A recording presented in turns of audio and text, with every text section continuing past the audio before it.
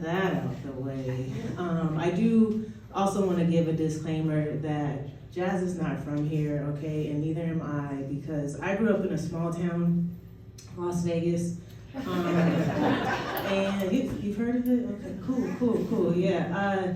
And the thing about growing up in Vegas is it comes with a lot of things, but like intimidation isn't necessarily one of them, right? So if somebody wanted to fight me, I can't be like, bitch, I'm from Vegas, right? Like, it doesn't do much.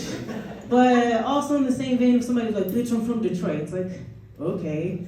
But if you want to strike fear in my heart, don't tell me where you're from. Tell me who raised you. If you were like, bitch, I was raised by a Gemini mama, I'd be like, oh, whoa. Okay, this person's seen some things, overcome some things. You know, I'm gonna put these earrings back in, de-escalate. But I was raised by an adorable Taurus mother. Any Tauruses in the house? No, fuck it, yeah, okay, yeah. Boo. But the thing about, like being raised by a Taurus, they enjoy luxury, right? So I was essentially born into the bourgeoisie, which means I've kind of always had this rich auntie energy and like really no time for the proletariat. And if you're like, well, what's the proletariat? It means you're part of it, okay, don't worry. But like, rich auntie energy is great until you get nephews who are like, hey, I heard you were rich. And it's like, yeah, that's not true, right? Like that's an aspiration. My bank account does not currently support that narrative. And so they're like, hey, buy me some Jordans. And I'm like, hey, get a job. They're like, whoa, I'm 6. I'm like, ooh, that feels like a YP, not an MP.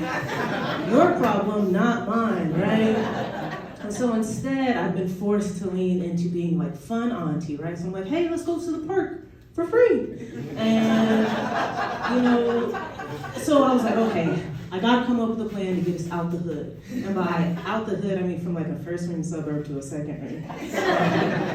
So All-Star Weekend, NBA All-Star Weekend was in Vegas a few years ago. And so I was like, that's it, this is my time. All I gotta do, marry an NBA player, right? Easy, right? And so obviously, that didn't work out. Here with you all right now. But honestly, after some reflection, I realized I was like, oh, I don't want to be an NBA wife, right? Like that's too many spin classes, too many regular waxes,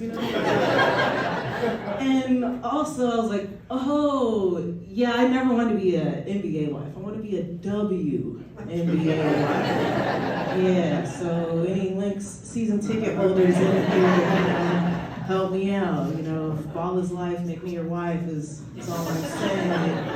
But honestly, the signs were always there because in the 7th grade, I used to do this thing where I would spray my dad's cologne on me because I thought if I go to class smelling like a boy, they'd be like, whoa, Gabby's got a boyfriend. No, they were like, Gabby smells like boy, she's gay? And I was like, you got me, okay.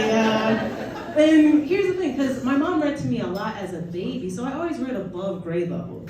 And when you read above grade level, you're like, it's official, I'm smarter than my peers. These dummies are beneath me. So if you all will take this journey with me, I want you to close your eyes, and I want you to think about the dumbest person you know. If they're sitting right next to you, don't say anything. Everyone's got someone in their head. Now, if I had to guess, the person you are thinking of is straight. Yeah. This is why they're banning books in Florida, y'all.